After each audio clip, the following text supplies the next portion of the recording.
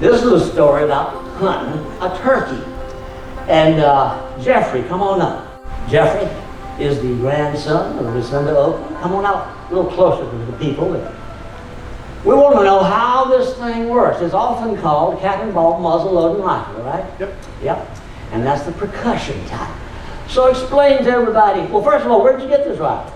This is actually not Wiley's rifle. It's not a rifle either. It's a musket. A musket. It's not rifled. Some of them were, but this one's not. You can look in the barrel and see there's no rifling in it. But some called it a hog rifle. Some call it a squirrel rifle or squirrel gun. It's about 30 calibers. It was made by a fellow we think. We had a firearm expert take a look at it with us. He thinks it was made by a fellow out of the Boyd's Creek area named Wiley Gibson.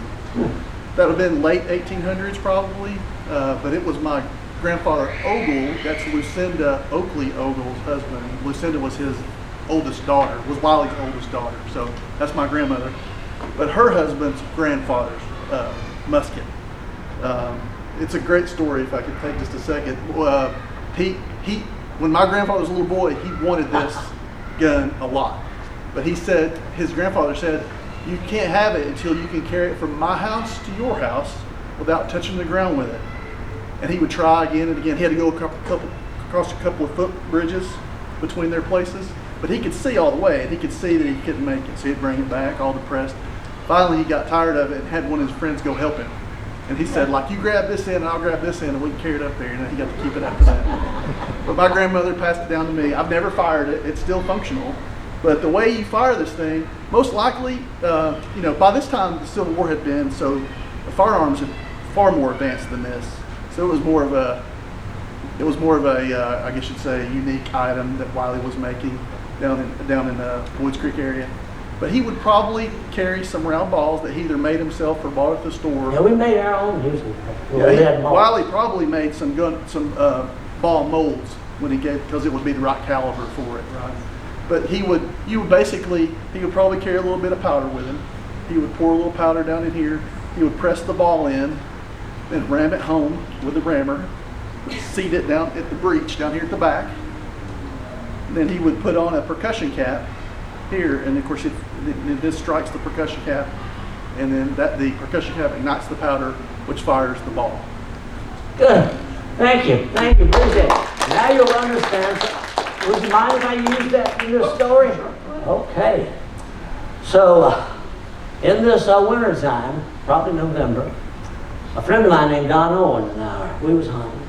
Got up early in the morning. We took our cap and ball muzzle loading rifles, and we went up to Scratch Britches Mountain. And it just so happened Scratch Britches Mountain is where I lived when I first got married. And so we took our rifles and we headed toward that area, and there's a couple inches of snow on the ground. And we looked up towards Scratch Britches Ridge, and we saw a flock of turkeys coming our way. And they're, of course, black against that white snow, so we could see them easy, but they hadn't seen us, so we ducked in behind some trees. And we waited, hoping that they'd come our way.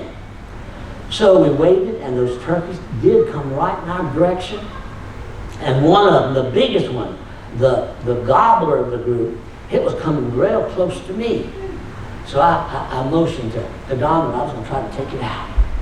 So I raised up my rifle, got a good bead on it, and got pow! I shot that turkey, and it fell down dead as 4 o'clock in the morning. Well, I was real pleased about that. So I laid my rifle down by a tree there. And then I went to get the turkey. Come here, help me get the turkey. One of them.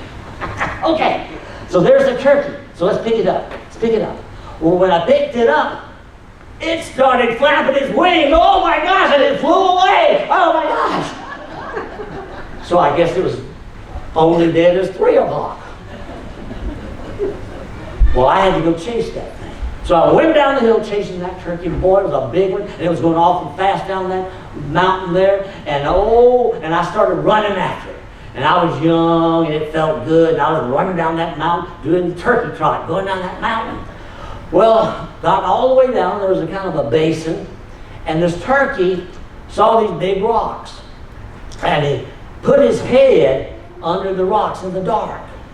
And I guess the turkey thought, well, if I can't see Wally, Wally can't see me. So I did see him, and I got a good hold on to him this time, and I stomped down on him, and I killed that turkey dead as 5 o'clock. So finally that turkey was dead, and I grabbed it up, went back up the hill where my rifle was. My friend Don, he was laughing. He had a good laugh off of me that day. He was saying, oh, Wiley, I thought that turkey was going to take you home with him. Well, we got a good laugh out of that. And then we parted our ways, and I walked on towards home. With that great big old turkey gobbler on my back, with all of my good old rifle. Well, it just so happened that I was passing by the Bud Ogle Cabin, the Noah Bud Ogle Cabin. You may know the Bud Ogle Cabin.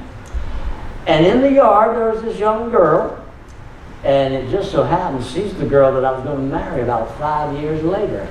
Her name was Rebecca Ann Ogle, and there's a picture of her a little bit later in life. So that's the story about the turkey.